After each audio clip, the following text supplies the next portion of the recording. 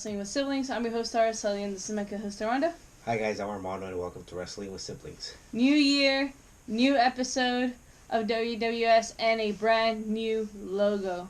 Let me say, what a Friday Night Smackdown, full of surprises, and let's see what was in store for us. Banks and Bayley open up the show, and they come out and they're like, we finally made it to 2020, and that everybody has New Year's resolutions, but nobody ever follows through. And they basically said that 2019 was a great year for both Sasha Banks and Bayley. Bayley became the women's champion, yet she's still undefeated. They have been unable to beat her for the championship.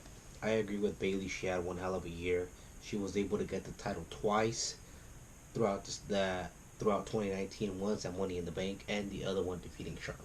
And she also states that Sasha Banks and Bayley are now the role models that everybody looks up to. I mean, they're not wrong, but Lacey and Dana think they're the role models, and they come out to make that very, very clear. And Lacey Evans still hasn't forgotten the fact that Sasha Banks has gotten in the face of her daughter, Summer. Yeah, and that's something that Lacey Evans didn't take the right way. She pretty much took it as personal, and we could say that this feud between them is personal now. And now Alexa and Nikki Cross also come out, and they're like, you know what? This is the first SmackDown of 2020, and this is something we don't think we belong in. This is like none of our business at this point, but because it is 2020, they're like, you know what? We want the tag titles this new upcoming year, so therefore they're going to prove themselves in a match against Sasha Banks and Bayley versus Lacey Evans and Dana versus Alexa and Nikki. It doesn't surprise me that Alexa Bliss and Nikki Cross got involved between them, because keep in mind, Nikki Cross has defeated Bayley twice already. So don't be surprised if she actually gets a title shot. Who knows, maybe at the Rumble, maybe at the Chamber, who knows. But she does deserve a title opportunity because, like I said, she did defeat Bayley twice last year. 100% agree with you, and you have to give props to Alexa and Nikki. Nobody thought this was going to be a team that was going to make it this far, and I was one of those people. I was like, why would you partner Alexa with Nikki Cross? But now, at the point where they are today, I'm like, that makes a whole lot of sense, and this is the smartest team. They stayed as far away from this match as they possibly could. They barely were in this match, and when they were in the match, they made sure they took advantage of every single opportunity that was presented. Looks like Nikki Cross is starting to learn from Alexa Bliss, and that's what, taking advantage of the situations, being pretty much the ultimate opportunist, if you want to call it that way. But other than that, Lacey Evans, throughout this match, she was just phenomenal. She started off strong.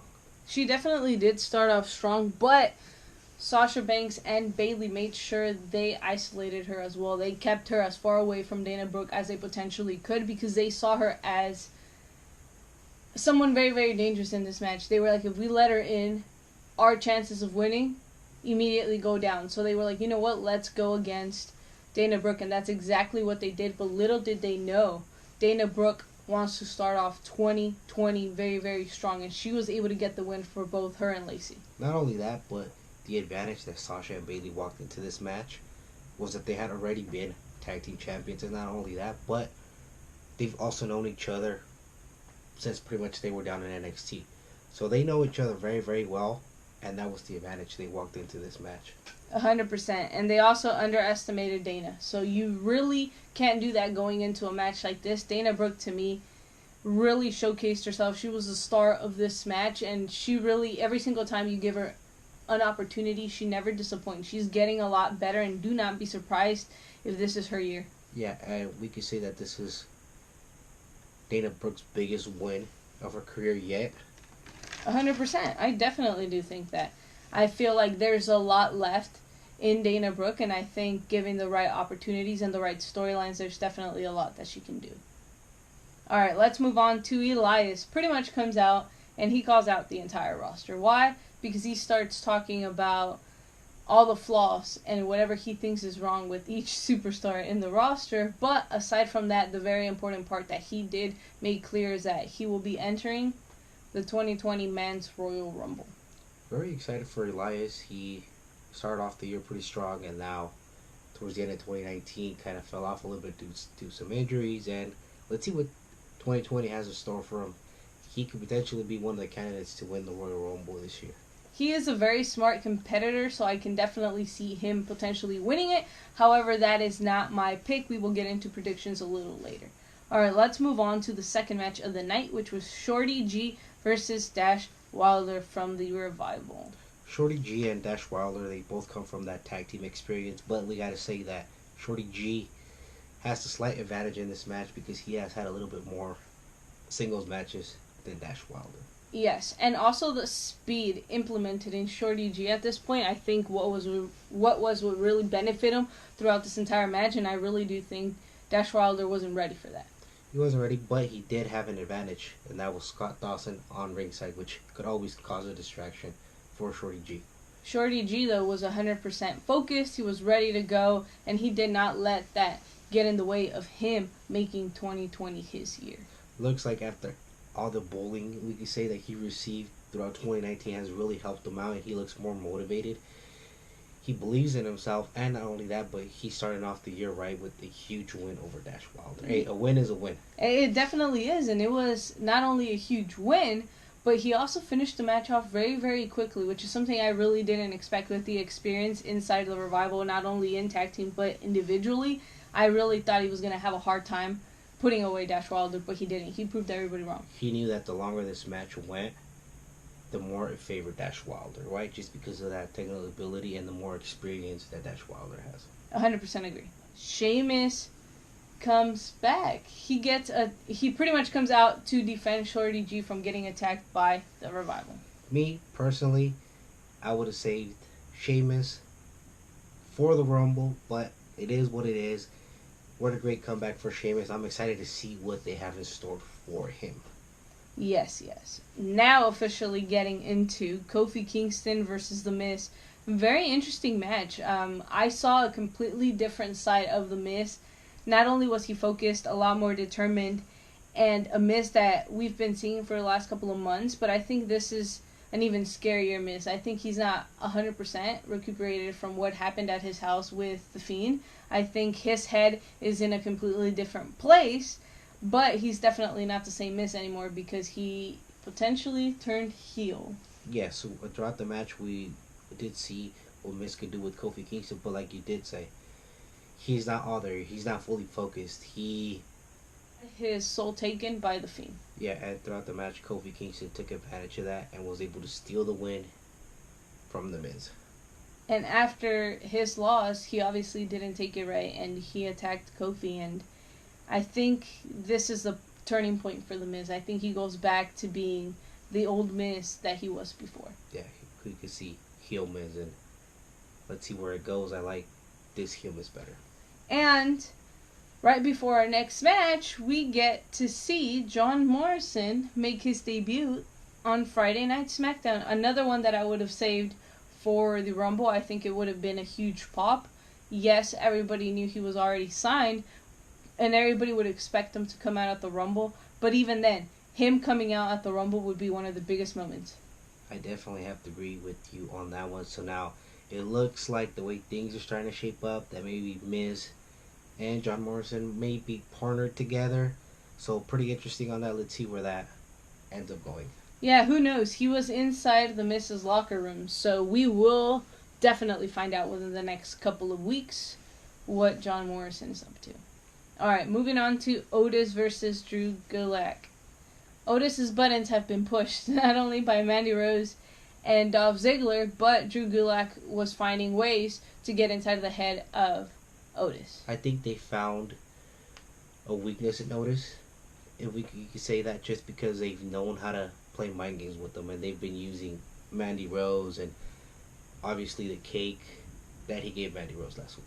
Yeah, and I do agree with people using Mandy Rose, because Gulak starts trash talking Otis, and he's like, Mandy will never love you. And at this point, Otis is upset. You know, he already goes into this match upset because of what happened last week with his cake.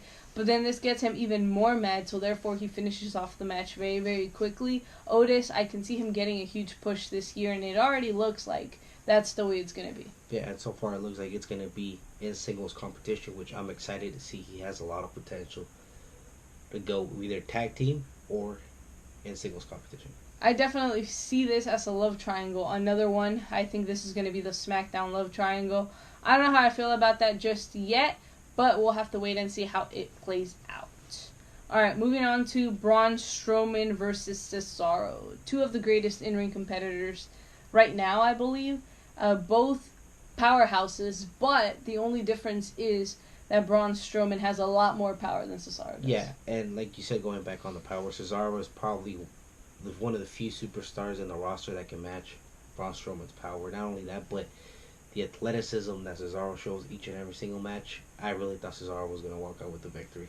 I think the advantage that Cesaro had going into this match was the fact that he had Shinsuke and Sami Zayn at ringside there to support him, but not only that, to distract Braun Strowman from potentially finishing Cesaro. Not only that, but Braun Strowman did a good job of not to get as distracted by Sami Zayn and Nakamura. He was fully focused on Cesaro and wanted to finish the match quickly because he knew if it went longer, there was that potential that Sami Zayn and Shinsuke Nakamura could get involved in the match. Well, he definitely bulldozed through Zayn and Shinsuke Nakamura. So I don't know. I could see this is another superstar that I can see having a great 2020. I think one of the downfalls about Braun Strowman has been the fact that they haven't trusted him with the championship. I think it's long overdue. Give him the Intercontinental Championship, and I think he'd do extremely great. That's if you don't want to give him the WWE Championship or the Universal Championship. Another thing too is I want to see where they go with Cesaro and Sheamus when they face each other. Are they gonna hate each other for one abandoning the other one, but we'll see what happens. It's gonna be very interesting when they both collide. Is Cesaro gonna end up going with Sheamus and betraying Shinsuke Nakamura and Sami Zayn? So we'll see. We'll definitely see. That's a very interesting scenario, actually, when you put it that way, because I can see Cesaro really taking it to heart. Oh, you left me, you abandoned me, but at the same time, I could also see him understanding that Sheamus got hurt, and maybe that could lead into potentially them becoming a tag team yet again. But if these two were to feud, I think it'd be one of the greatest feuds we'd had. Well, they've already feuded in the past, but keep in mind, if you end up putting Cesaro and Sheamus, imagine them facing The Miz and John Morrison. How great of a tag team match that would be. Definitely. And not only them, but the other tag teams that SmackDown has as of right now. Moving on to the main event, which was Roman Reigns and Daniel Bryan versus Dolph Ziggler and King Corbin. Very interesting between Roman Reigns and Daniel Bryan. Kind of odd seeing both of them together, but they do have one thing in common, and that's Baron Corbin and Dolph Ziggler, which they both can't stand. Yes, and I think I like the team of Roman Reigns and Daniel Bryan. I think they blend in together super well. And again, like you said, this is one of those teams that is very odd. You're not very used to seeing, but it works in a lot of different ways. And I think they can use that to their advantage. Dolph Ziggler and Baron Corbin, they're smart. They're very, very smart competitors. They know how to get inside the head of not only Daniel Bryan and Roman Reigns, but they can get inside the head of anybody. But in this match, they knew they were at an advantage because Daniel Bryan was not 100%. He was thinking about the Fiend. One thing about Dolph Ziggler is he knows how to pick his opponents and his tag team partners, and he's done a great job of picking Baron Corbin as his partner because he's got some serious backup with Baron Corbin. And towards the end of this match, Roman Reigns is getting taken out yet again and handcuffed to the bottom rope. He's getting taken out by King Corbin and Dolph Ziggler, and we're like, well, here we go again. This is another one of those brutal attacks from Dolph and King to Roman Reigns. But little did we know the Usos were coming to the rescue, so it looks like they're going to be part of the Friday Night Smackdown team. Another huge return for Friday Night Smackdown. The Usos very excited to see what they're going to do with this tag team division. Again, you have The Miz and John Morrison, which we could potentially see as a tag team. We don't know yet. Another one we could see, like I said, is the return of Sheamus and Cesaro the Bar and the Usos. Imagine all those three tag teams in the SmackDown division on top of with the New Day and the Revival.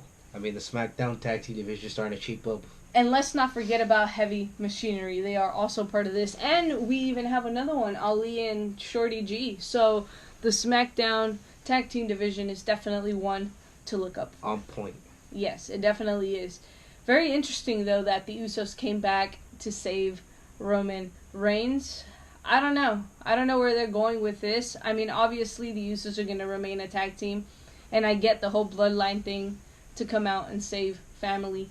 But very interesting, because how does this play in to this feud that they are now? Yes, Roman Reigns was outnumbered, but now he has Daniel Bryan on his corner, and now he has the Usos. So who really is outnumbered now, if you really think about it? I think Dolph Ziggler and Baron Corbin are the ones that they're outnumbered. But keep in mind, Baron Corbin has a lot of friends, and he could potentially use Scott Dawson and Dash Wilder as well. He definitely can. That's the advantage of being the king. Hey, it definitely is. Alright, that is all we have for you guys on this episode of Wrestling with Siblings. Remember to like, comment, share, and subscribe. Become a sibling today. For those of you that do not know what WWS stands for, Armando, what does WWS stand for? Wrestling with Siblings. Let us know who you guys think is going to win the Royal Rumble. Let us know in the comments below. Yes, we will be coming up with the predictions very, very soon, within the next couple of weeks. Stay tuned for that. And we do have free hoodies that we will be giving away for you guys at the Rumble. So if you will be there, let us know. And also, the way you can win one is leave us a review on Apple Podcast. That's all we have for you guys. And tune in next week on a brand new episode of Wrestling with Siblings. Thank you guys so much. See you guys next time.